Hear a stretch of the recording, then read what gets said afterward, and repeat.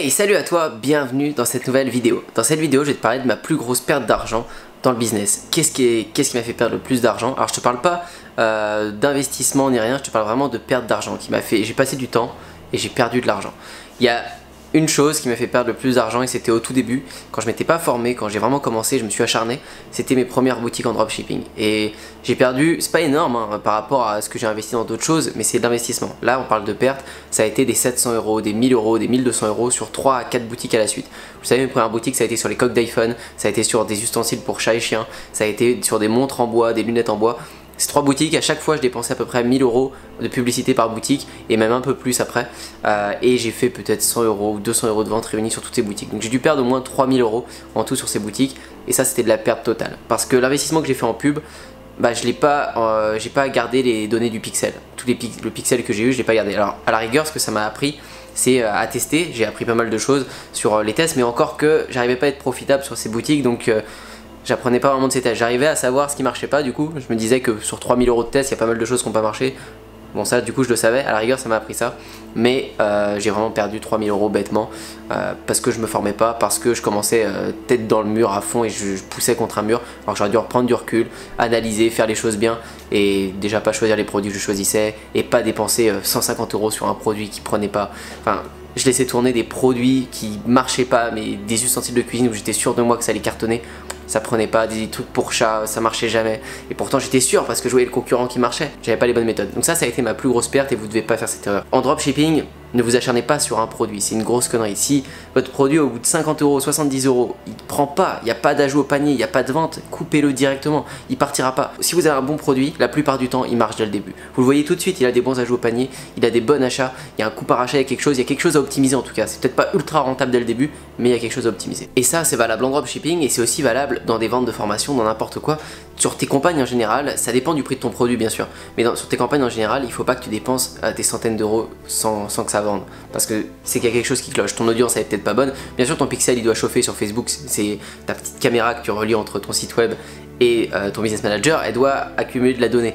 Mais si tu dépenses trop et que ça vend pas, oublie, faut que tu changes quelque chose. Faut que tu passes par une autre audience, que tu utilises des mails, que tu utilises une autre vidéo de pub, faut que tu changes quelque chose. Mais ne t'acharne pas, ne faut pas que tu fasses avec tes émotions, faut pas que tu sois attaché à un produit et que tu continues parce que c'est une grosse connerie. Faut que tu changes avec les stats et les données que tu as, faut que tu changes rapidement. Après, si tu vends une formation à 800 €, si tu vends un produit en dropshipping qui est à 500 €, bien sûr qu'il va peut-être falloir que tu dépenses 80 €, 100 €, 200 € pour vendre un produit. Après, à toi de calculer au niveau de ta marge. Mais encore une fois, faut pas que tu aies attendu d'arriver au prix du produit. Si ça se vend pas, c'est mort. Après en termes de dépenses, si je peux parler de toutes les dépenses que j'ai eues depuis que je fais du business en ligne, il y en a eu énormément, mais elles m'ont toutes servi, en tout cas plus que ça, plus que ces dépenses dans ces trois boutiques qui m'ont servi à rien, pratiquement à rien. J'ai dépensé plus de 100 000 € dans les publicités sur Facebook, Google, Instagram, etc.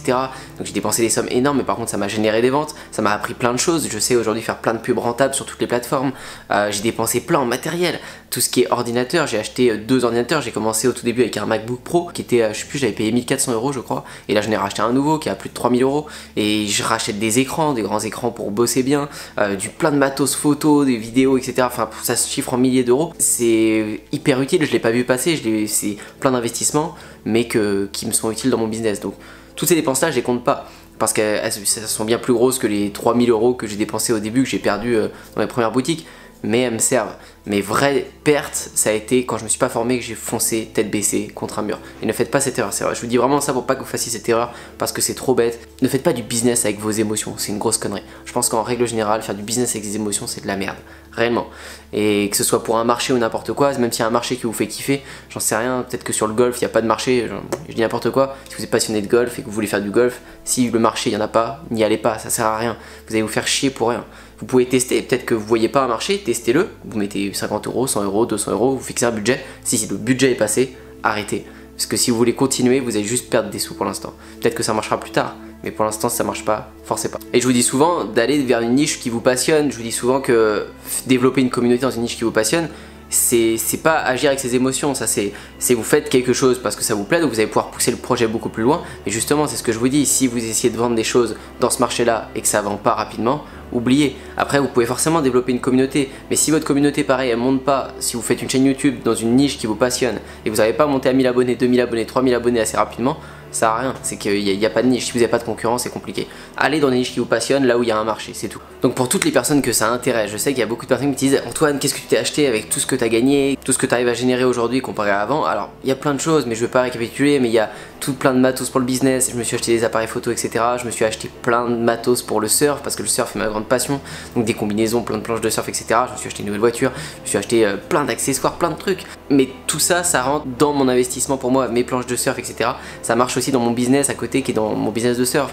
À part ma voiture, je pense que tout me sert dans mon business. Tout ce que j'ai acheté, ça a été pour mon business et c'est un investissement pour mon business. J'ai pas fait de grosses dépenses, même depuis que je gagne beaucoup mieux ma vie, j'ai pas fait de grosses dépenses. En fait, toutes mes dépenses sont focalisées dans mon business et je pense que c'est pareil pour beaucoup d'entrepreneurs. C'est que toutes mes dépenses sont focalisées dans mon business pour le faire grossir. Soit même des billets d'avion, etc. Souvent, c'est pour un objectif de business. Donc, il y a toujours, ça revient toujours.